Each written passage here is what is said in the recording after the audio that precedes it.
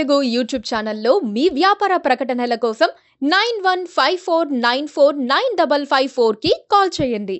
నమస్తే, welcome to KTV Telugu. నేను వసంత్. మనకు అందుతున్న బ్రేకింగ్ న్యూస్ చూస్తున్నాం.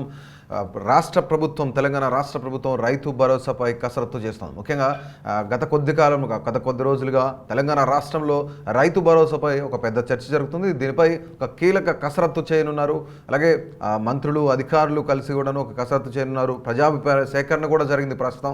సో దీనికి సంబంధించి ఒక బ్రేకింగ్ న్యూస్ ఏంటంటే, ముఖ్యంగా మనం చూసినట్లయితే సభ్యులుగా అంటే ఉపసంఘాన్ని ఒక టీంని కూడా ఏర్పాటు చేశారు. ఒక ఉపసంఘాన్ని ఏర్పాటు చేశారు. ఈ ఉపసంఘంలో సభ్యులుగా బట్టి విక్రమార్క డిప్యూటీ సీఎంగా ఉన్నారు. అలాగే తుమ్మల నాగేశ్వరరావు వ్యవసాయ శాఖ మంత్రిగా ఉన్నారు. అలాగే పొంగులేటి శ్రీనివాసరెడ్డి ఐఎన్పిఆర్ మినిస్టర్గా ఉన్నారు. అలాగే శ్రీధర్ బాబు ఐటీ మినిస్టర్. వీళ్ళందరూ కూడాను ఒక ఉపసంఘంగా ఏర్పాటు చేయడం కూడా జరిగింది. ముఖ్యంగా గ్రామాల వారీగా రైతుల అభిప్రాయాన్ని కూడా సేకరిస్తూ ఉన్నారు.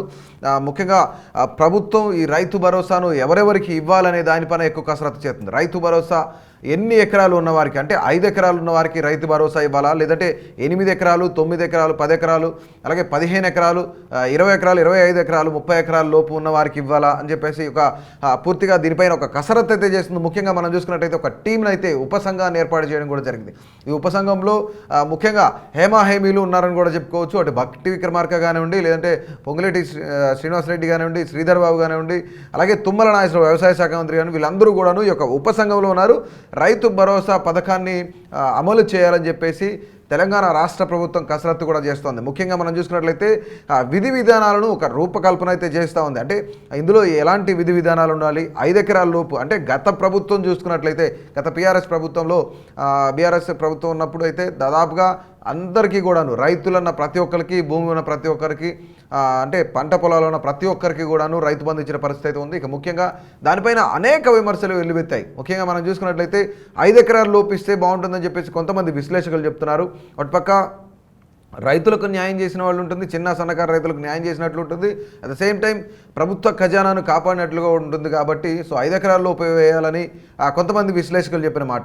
మరికొంతమంది 10 ఎకరాల లోపు, లేదంటే 15 ఎకరాలు, 20 ఎకరాలు, 30 ఎకరాల లోపు వాళ్ళకి రైతు భరోసా ఇవ్వాలా అని చెప్పేసి కొంతమేర ప్రభుత్వం ప్రస్తుతం కసరత్తు చేస్తుంది. ప్రస్తుతం క్లియర్గా ఒక స్పష్టత అయితే రాలేదు పూర్తిగా, అంటే టోటల్గా ఒక స్పష్టత అయితే రాలేదు. మరికొద్ది రోజుల్లోనే, ఒక 2-3 రోజుల్లో ఒక స్పష్టత వస్తుంది. మరింత మంది రైతులను కానీ, లేదంటే గ్రామాల వారీగానే ప్రజాభిప్రాయ సేకరణ జరుగుతుంది. ఇక మంత్రివర్గం ఉపసంఘం కూడా దీనికి ఏర్పాటు చేయడం జరిగింది. ముఖ్యంగా బట్టి విక్రమార్క, అలాగే పొంగులేటి శ్రీనివాసరెడ్డి, శ్రీధర్ బాబు, తుమ్మల నాగేశ్వరరావు వీళ్ళు నలుగురు కూడా ఈ యొక్క మంత్రివర్గం ఉపసంఘంలో అయితే వీళ్ళు ఉన్నారు. ముఖ్యంగా ఈ యొక్క నివేదికలు ఏమున్నా సరే, విధి విధానాల రూపకల్పన కానీ, మంత్రివర్గంలో ఈ యొక్క ఉపసంఘం కానీ వీళ్ళంతా కూడాను విధి విధానాలను పరిశీలిస్తారు. అలాగే గ్రామాల వారీగా కూడాను కొంతమంది రైతులను, అలాగే ప్రజాభిప్రాయ సేకరణను చేయాలని చెప్పేసి ఇప్పటికే ఆదేశించిన పరిస్థితి అయితే ఉంది. ఇక దాదాపుగా రైతు భరోసా ఎన్ని ఎకరాలకు ఇవ్వాలనే దాని మీద కోసం మాత్రమే ఒక క్లారిటీ ఉంది. అంటే గతంలో 5 ఎకరాల లోపు ఉన్న వారికే రైతు భరోసా అని అనౌన్స్ చేసిన పరిస్థితి అయితే ఉంది. ముఖ్యంగా దీనిపైన ఒక స్పష్టత రాలేదు. ఎందుకంటే కొంతమంది రైతులు గ్రామాల్లో 10 ఎకరాల లోపు ఉన్న వాళ్ళు ఉన్నారు, లేదంటే 10 ఎకరాల లోపు, 20 ఎకరాల లోపు కౌలు రైతులు ఉన్న పరిస్థితి కూడా ఉంది.